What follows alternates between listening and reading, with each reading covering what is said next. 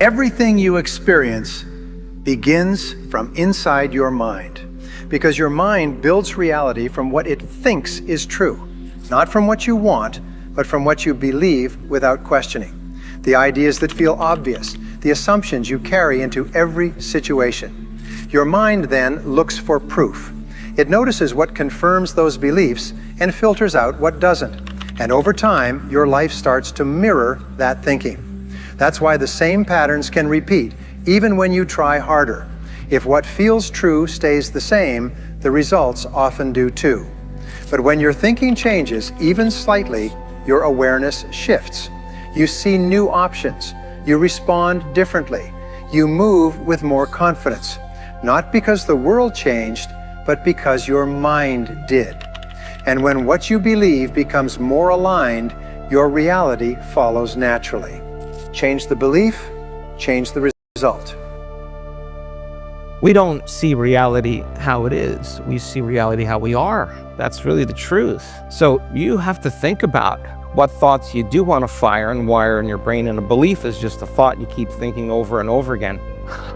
And you keep, with intention and with attention, keep installing the circuitry to remember to think that way. I swear your biology will be mapped as a thought. That would be the new voice in your head that said you can. Life is just one day. You're born in the one day, and you live in the one day. You die in the one day. Everything happening in the one day. Today is the only your life. Yesterday is already dead. Too late. Tomorrow is not born. Too early. What you have is today. Today is the only life. Today is not the little part of life. Today is life. It's all. Yes. What if you're God and you come here to the earth, to the planet you created, and you meet your creations? And you walk up to your creation and you say, "Oh, creation, what do you think of this earth thing I've created for you?" And Inishir says, "Well, God, I'm glad you showed up. I got a bone to pick with you." I'm like, why, if you're God, why wouldn't you make the temperature nice all the time? Why do you have to make it so damn hot in the summer and so cold in the winter? Plus, you made all these irritating people who get in my way. You even built these little red ants. They're about this size. They bite my ass and it hurts. Why the hell did you do that?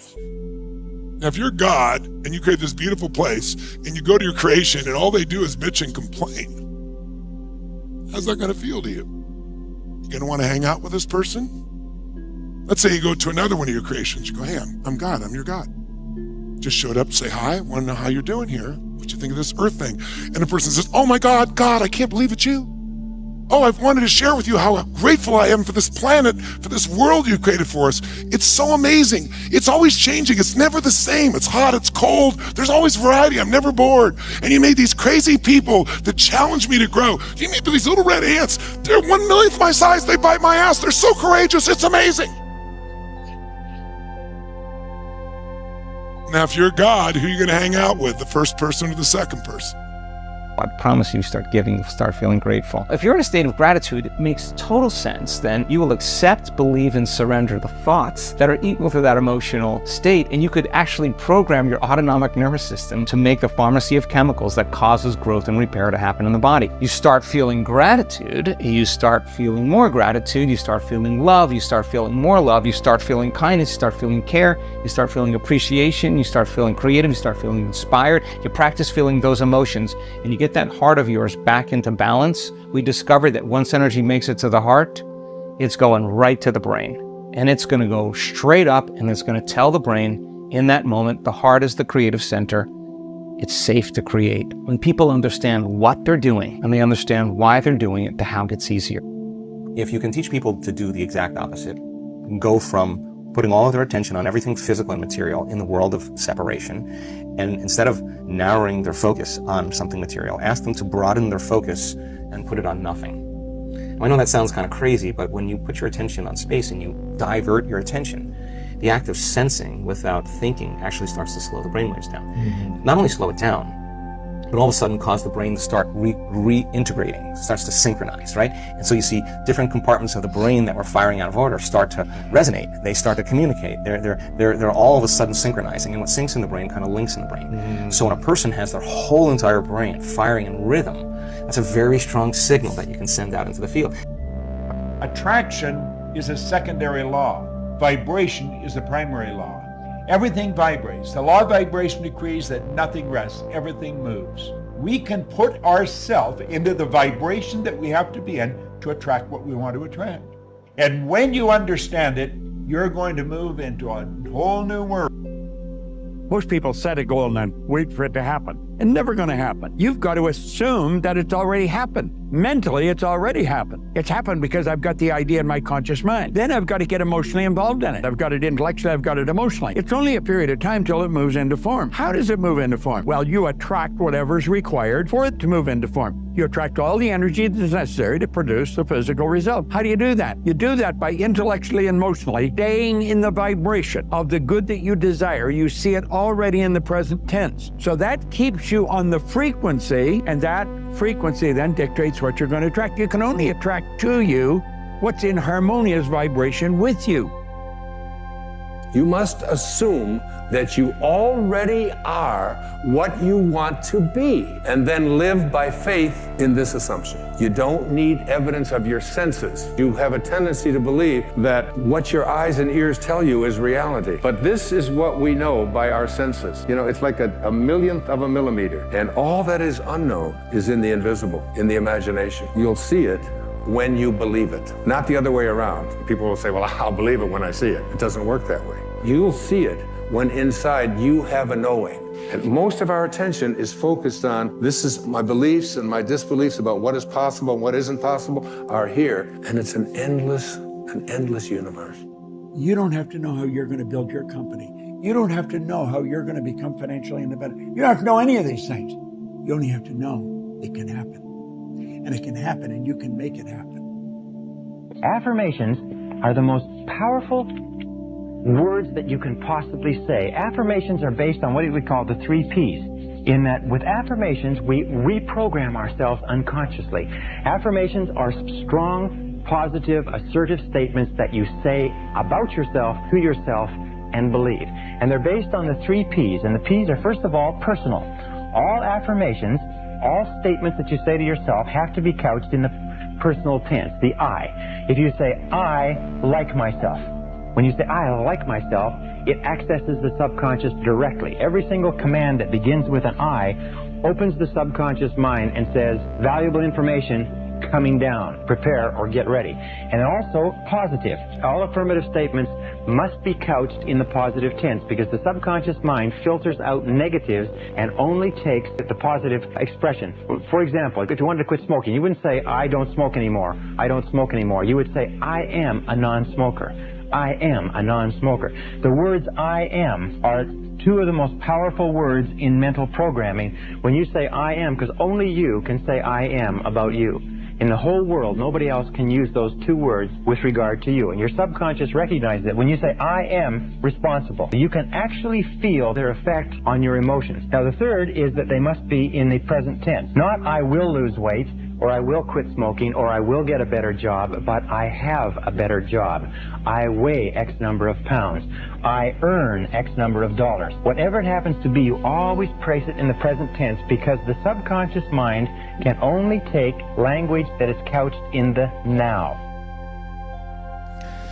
Life is going to work out perfectly for you. All the right things are going to happen to you in your life. All the right people are going to enter your life, and all the wrong people are going to leave in your life. You're going to have a beautiful home in your life. You're going to have a great career throughout your life. You're going to waken up every day of your life next to the love of your life. You're going to have leisurely Sundays and terrific holidays. You're going to travel and see the world. You're going to meet incredible people in your life who can help, and who you will help in ways that you could never have believed possible. You're going to be recognized as a hugely successful person and appreciated for this ability you have to help others. Please don't worry. your life is going to work out perfectly. Now, I suggest that you read this to yourself every morning and last thing at night over the next 6 months, and the change that will happen to you will be unbelievable. Money is a reward received for service rendered. Be prepared to do more than you're being paid for. That is something that all successful people will tell you. Fall in love with what you're doing. Feel the demand. If you're not earning the amount of money you want, or that you need to live the way you want to live, there's a problem. There's a misunderstanding or a lack of understanding about a law of compensation. This law is exact. It works for every person, every time, when we understand it. And it clearly states the amount of money you earn is always going to be in exact ratio to, number one, the need for what you do, number two, your ability to do it, and number three, the difficulty there is in replacing it. 2 things will make you happy: growing and giving. They're the only thing that give you lasting happiness. If you're not growing, you will not be happy. If you grow, you'll be happy, but the best part of growing is everything in the universe either grows or it dies. Is it true? If your relationship is not growing, it's dying. If your business is not growing, don't bullshit yourself, it's dying. There's no plateaus in life. We grow or we die. That is the universal rule of the universe, not Tony Robbins' rule. But there's something beautiful about it. When we grow, we become more. And when we become more, we have more to give. And when we give is when our life has the most meaning. See, what you get will not make you happy. Who you become will make you very happy or very sad. So if you want an extraordinary life, here's what I've learned. To have an extraordinary life, you have to become a creator, not a manager of your circumstances. My goal above all else is have you leave here where you have a compelling future you're moving towards. Something that's the extraordinary life you want, and that you've made progress while you're here, massive progress. But also, what I want to make sure is you have a clear idea of what you need to become for a lasting life of success and fulfillment and joy and happiness. And that is changing from what most people are. Most people settle. Most people are managing what's going on, managing their head, managing emotion. They're not mastering it. If you master yourself, you become a creator. We were all created by something. I don't know what you believe, and I'm not here to tell you what you believe religiously. But how many know something created you? Make some noise if you got that. Call it God, call it the universe, call it whatever you want to call it. We were made for something, and we were made to create. We can create love or we can create pain. We can create joy or anger and rage. And every moment you have the ability to create. And it doesn't matter what happens in the outside world. If you have the outside will control you, then you're part of the culture and you will suffer. You're one of the many. If you're a leader, you create your own culture. You decide how your business is going to be, how you're going to be, how your family's going to be, regardless of what other people think or say. There's something inside you that decides, that owns it, that has an autonomy beyond any conditioning you've had in your life. Our mind is the control tower of our life. Whatever happens in our life starts right here. All of our decisions are there. And the truth is, whatever we are today is the result of what we've been thinking about all those years. The Bible says, as a man thinketh in his heart, so is he. So if you don't like what's going on around you, maybe you should ask yourself the question, what am I thinking about? What do I think about myself? What do I think about other people? Because what we think about is really what controls us. For example, our relationship to God, our relationship to each other, our sense of direction in life, whatever we accomplish, our failures in life, all of that is a result of the way we think.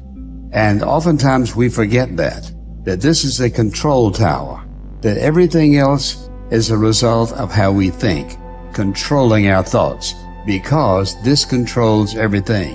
What you created was not an accident. It was an activation of your conscious wishes, desires, and aspirations. You already did create heaven on earth.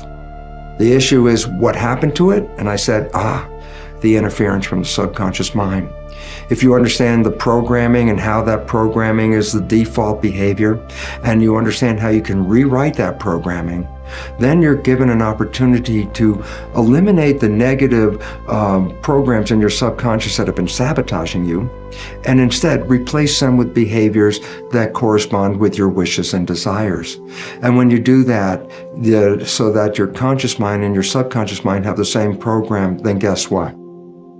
At that moment, whether you're paying attention or whether you're not paying attention, you'll be engaged in the honeymoon experience.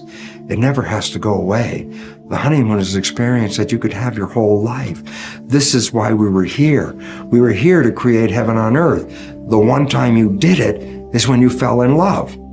It could have stayed that way if you understood the mechanisms we have described here. But when you do understand the mechanisms, it says you can go back and recreate that and make it a permanent way of life. You were born into heaven. You've experienced it once or more, and you can do it again and again and again, because that's how powerful you are. You are a creator, and you are in heaven. When you use your creation, you will manifest heaven every day in your life and enjoy the beauty of a living experience on this wonderful planet. Nothing can be achieved until first it's believed. You have to believe it to see it. Sometimes the easiest way to get what you want is to just start, to just take that first step. You can do and be anything that you want, no matter what. No matter what you've been told and conditioned to think growing up. Start from today to believe that you can. I want you to realize for the rest of your life, you have a job. And your job is to make sure that when that default network kicks back up and you start to murmur that you're too old, you're not smart enough, you're not good enough, that is a moment where you have got to do a mindset reset. This isn't the voice of God talking to me. This is some programming that's set on default. I don't have to live my life, and I don't have to have a future where I constantly say things that are negative to myself. This is the most miraculous thing that I've ever heard. But the point is that if you don't get deliberate, you will be stuck with the default mode of thinking. So your personality, literally, Ed, is made up of how you think, how you act, and how you feel. And how you think, how you act, and how you feel is your personality, and your personality is intimately connected to your personal reality, your life.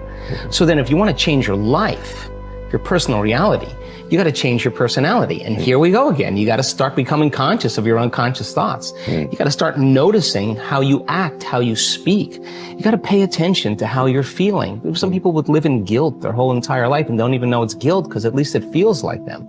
So then when you start doing that, you begin to objectify your subjective self. So then when you begin to make small changes back to thought, a new thought should lead to a new choice. A new choice should lead to a new behavior.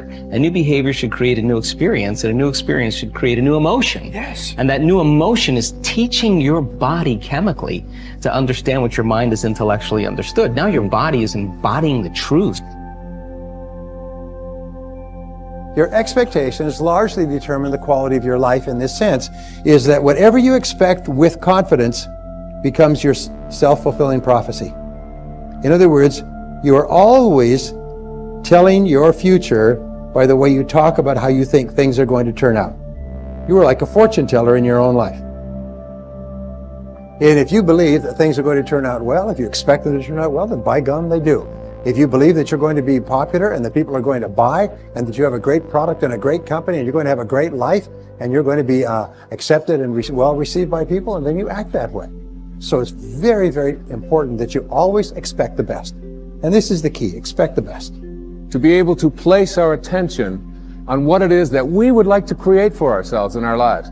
To literally have the power to know that if I think about it and I keep it there and I keep that picture firm within me, that there is an energy, a source, a capacity within me that is in the universe and that is also in me.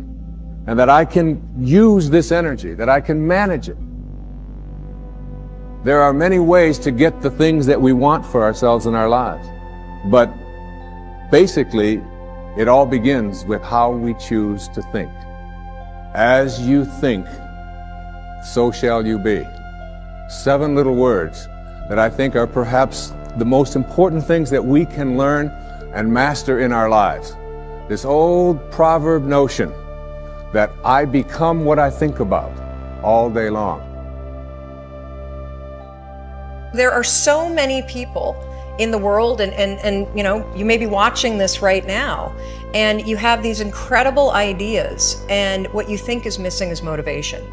And that's not true. Because the way that our minds are wired, and the fact about human beings, is that we are not designed to do things that are uncomfortable or scary or difficult. Our brains are designed to protect us from those things because our brains are trying to keep us alive. And in order to change, in order to build a business, in order to be the best parent, the best spouse, to do all those things that you know you want to do with your life, with your work, with your dreams, you're going to have to do things that are difficult, uncertain, or scary, which sets up this problem for all of us.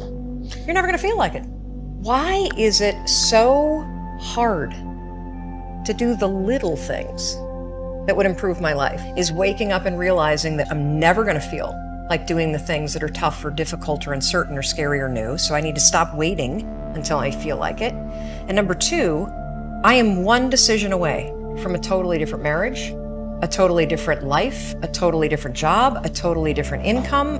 Whatever you don't use, you lose. Lack of use causes loss. On this planet. Maybe not the next one, but on this one.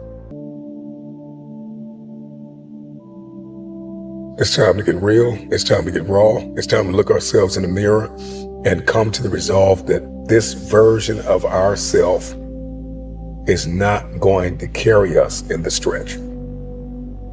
I've been this version of myself long enough that if I don't change, if I don't do something about this, then I'm going to find myself bankrupt.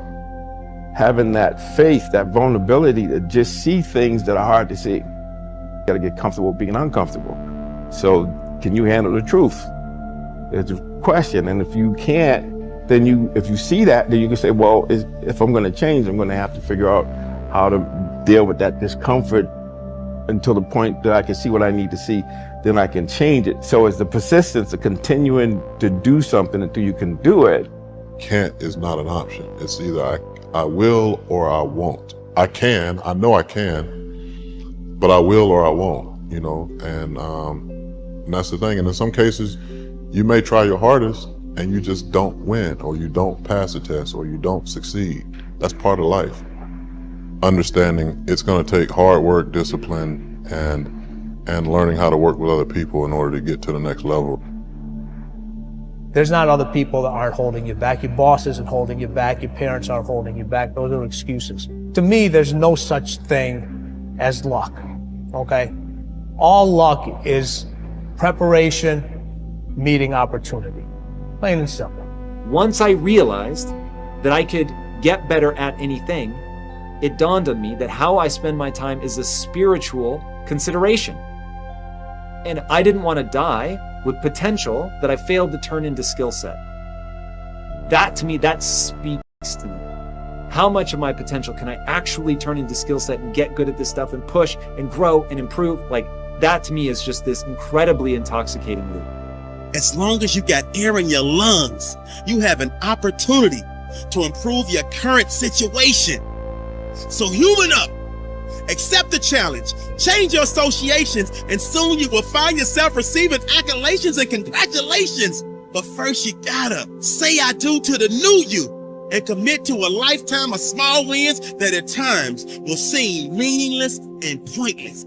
It's about how hard you can get hit and keep moving forward, how much you can take and keep moving forward. You have to electrify and get all the things that are necessary within you to start doing the things that you need to do. So when the time comes, you can kick down that door and move towards the possibilities of being the best of who you really are.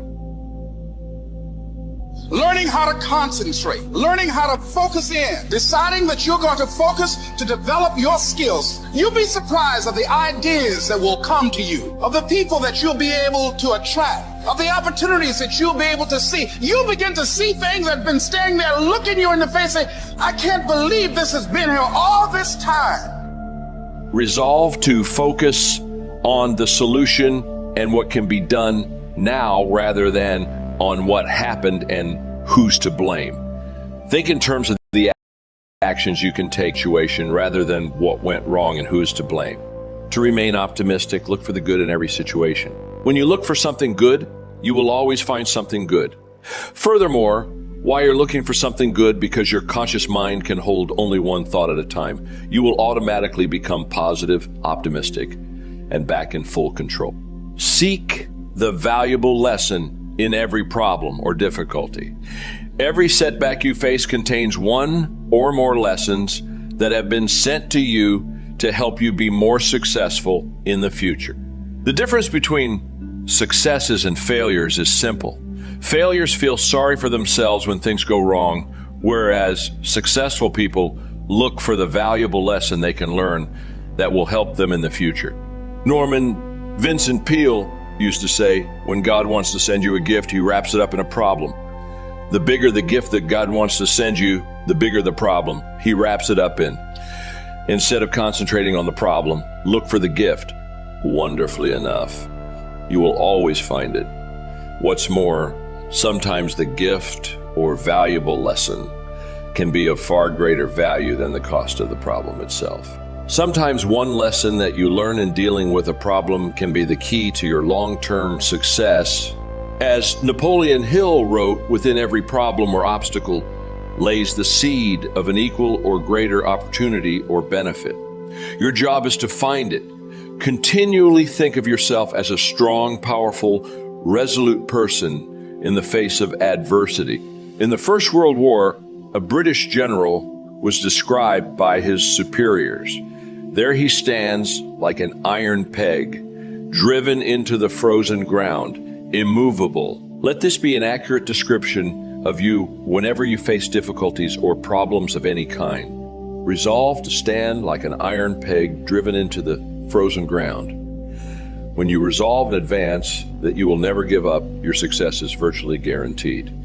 In the final analysis, nothing can really stop you but yourself. In life, it doesn't matter how many times you get knocked down. All that matters is how many times you get back up. If you continue to get back up and press onward, you must eventually reach your goal. Each time you exert your self-discipline to persist in the face of adversity, you also increase your self-esteem and self-confidence. Then, as your self-esteem increases, you feel stronger, more powerful, and more unstoppable. When you feel better and stronger, you become more capable of persisting the next time, and then the time after that. By disciplining yourself to persist in the face of all adversity, you put your life onto an upward spiral of self-esteem, self-discipline, and persistence until you eventually become like a force of nature.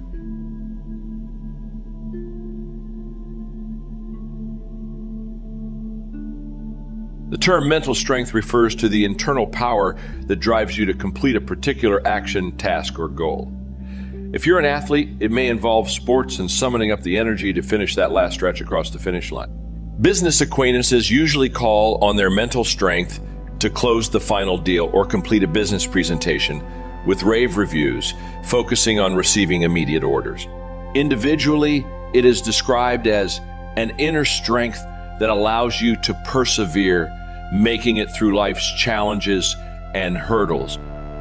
We each have the need to activate our own mental strength.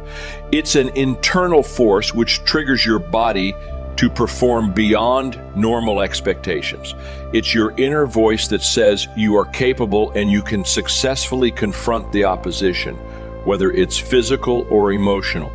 Mental strength is your body's response to a condition or circumstance, causing your body to reply as needed.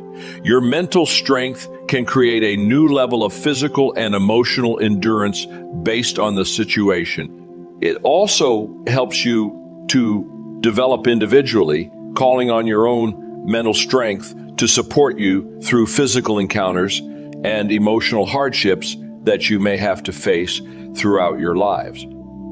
Mental strength is essential to building your own personal character based on your own unique experiences. As you go through each day, you depend on a certain amount of physical and emotional strength. It's this ability to activate and call on our mental strength that ensures we start and finish each day, no matter how difficult. It's what brings us back to the starting point to begin another day and face the ordeals that are imposed by the world and ourselves. It's the same voice that listens when you have fallen and allows us to sulk rather than agonize over what you failed to accomplish. Our mental strength allows you to accept your weaknesses and focus on turning them into strengths. It gives you the ability to make a decision to move forward with the aptitude to make noticeable differences within your environment and yourself. Mental strength builds your self-reliance in making decisions based on your inner awareness, while at the same time increasing your physical and emotional health. When you are feeling healthy and confident, you actually improve your own mental strength, building your level of competence and strengthening your body's ability to confront and deal with life's next adventure or challenge. This process becomes an asset, and we learn to use it as a valuable resource, taking advantage of our own ability when we are in need of inspiration. Our own motivation and resourcefulness encourage us to believe and gather the courage and strength to accomplish our goals and maintain this newfound practice of reliance and certainty.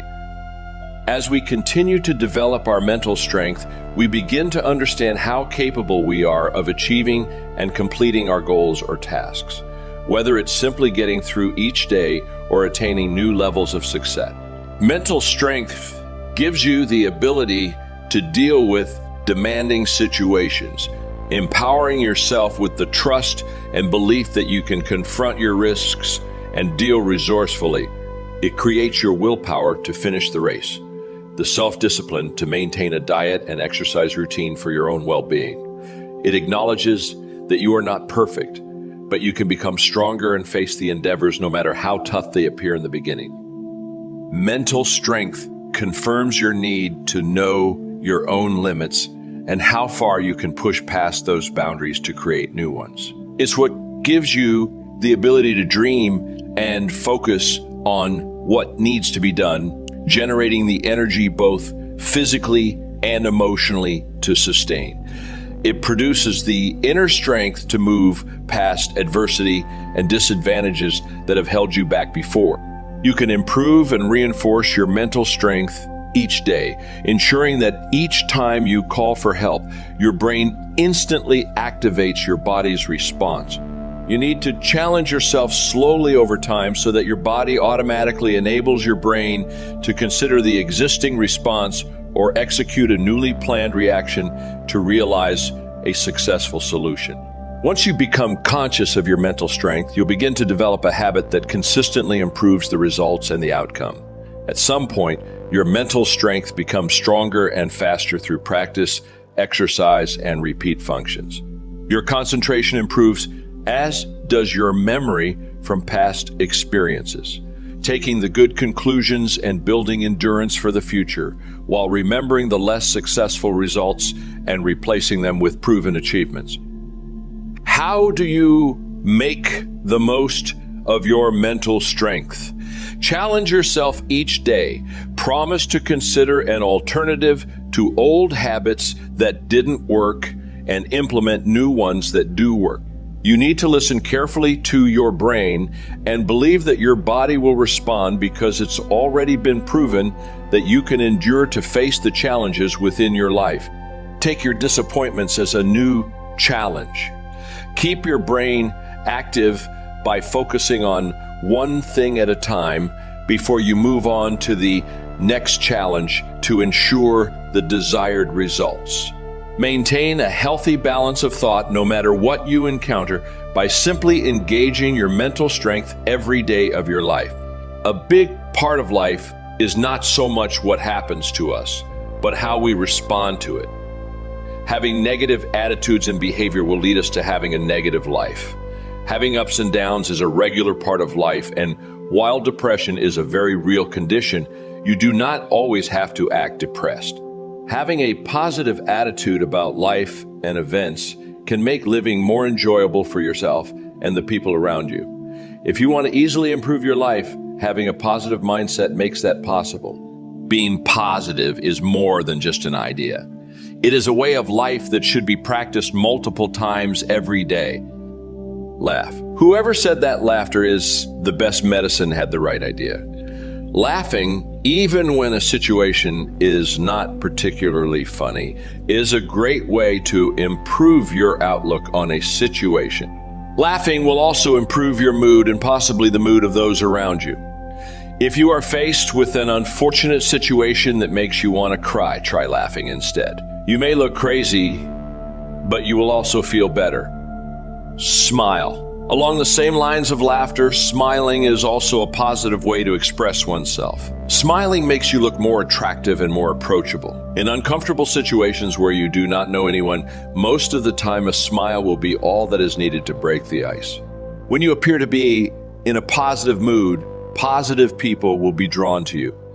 A smile is a great way to convey the message that you are feeling positive and happy about life. Even if you do not feel that way, smiling often enough will help to change your mindset in a gradual way. Think positive thoughts. Thinking positive thoughts is the surest way to become a more positive person. If you are judgmental of yourself or others, it can bring you down in a negative way. You owe it to yourself to be a kind voice inside of your head. Positive thoughts will also become positive words. This also works the other way around. For example, if you're always thinking negative thoughts, then it is likely that you will be negative in conversations with other people. However, if you are always thinking positive, then you will be bringing positive vibes into conversations. Hang out with positive people. If you keep constant company with people who are always negative, then it is likely that you will become negative yourself. The best way to avoid this is to hang around people who you respect and who you would not mind picking up habits from. Positive people usually hang out with others who are positive, so if you would like to hang out with other positive people, then you should also have that same attitude. Take care of yourself. Eating a healthy diet, not smoking, and not drinking heavily can have positive effects on your mood and mindset. When you take time to do what is best for your body, you will start to feel better about yourself. Feeling better about yourself will make you a more confident and positive person.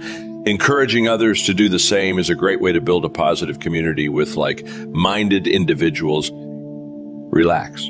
Taking time to focus on yourself and relax is a great way to get centered and refocus on your purpose in life. We all have tough days, however. If you take a few moments to meditate, the positive things in your life will begin to come into focus. Life is stressful, and it is important to find some moments every day or evening to let go of the stress.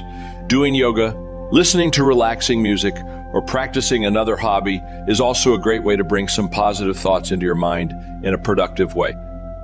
Love your family. Your family is with you no matter what. Taking some time to appreciate them and show your love to them is one of the most positive things that you can do for them and yourself.